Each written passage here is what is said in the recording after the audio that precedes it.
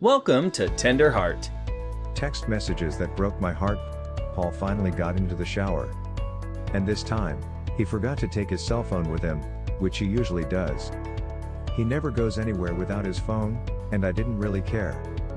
Until recently, when I noticed how attached he appeared to be with this tiny electronic device.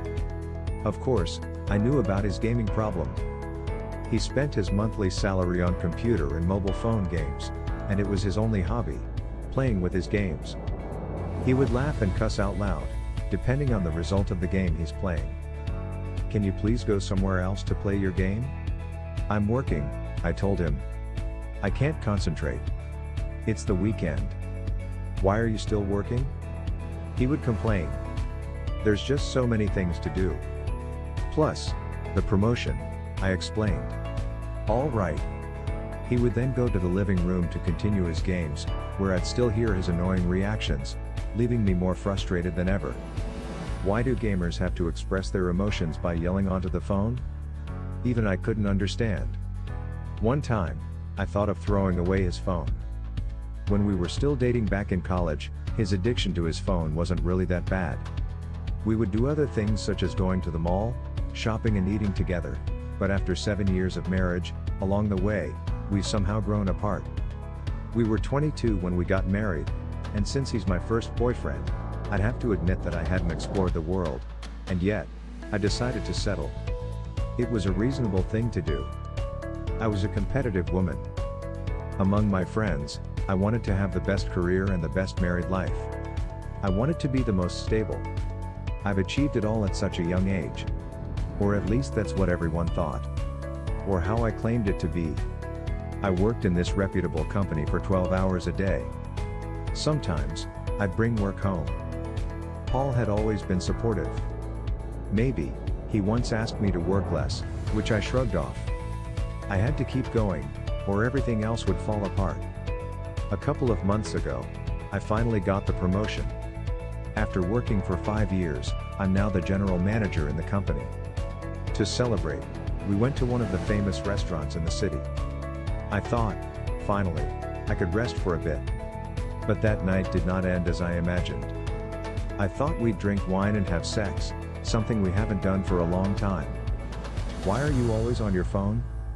"Oh, nothing. Shall we order our mains?" Throughout the night, I noticed how he kept looking at his phone with a blush. Was it a game he was blushing about? I also realized how he would hide his screen whenever he typed something.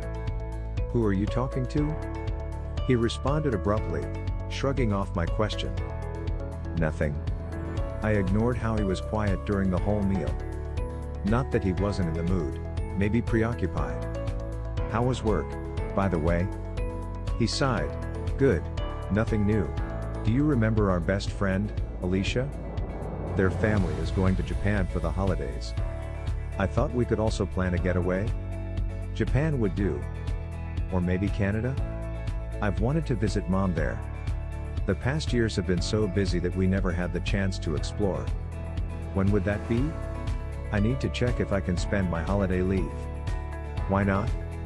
We're all entitled to that. And besides, I got this salary increase. Let's think about it, okay? I'll let you know." Suddenly his phone beeped, and he's back at it again. The annoyance on his face disappeared when he was messaging.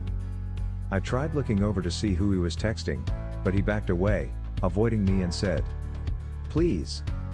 What's wrong? Why don't you tell me whom you're texting to?" "It's just Jake. Can't we have privacy now?"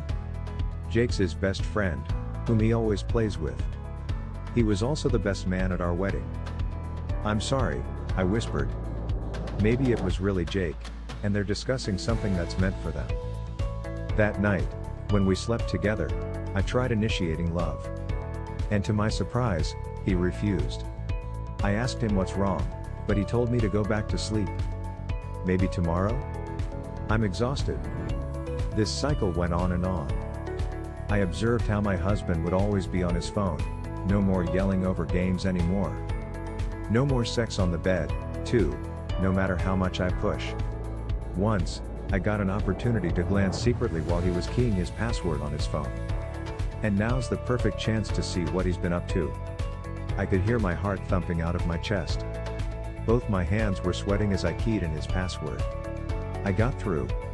I quickly located his messages but found no recent exchange with Jake. Instead, his inbox only contained 5 unread messages from KO. "Who's this? Darling, I dreamed about you last night. We're doing something bad. We'll tell you more about it later when it's convenient.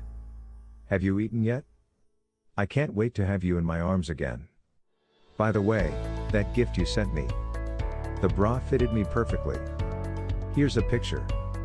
Delete it right away, okay?" I checked the photo, there was no face, just a black, silk bra on freckled chest. My knees trembled, but I continued reading their past conversation for the next 15 minutes. When Paul came out of the shower, I quickly put the phone down and pretended to read my book. Paul, the love of my life, my husband, was whistling a happy tune while my heart broke into thousands of pieces. Tears fell from my eyes into the book I couldn't understand anymore, as if my tears have a life of their own. "What's wrong? Why are you crying?" Paul asked.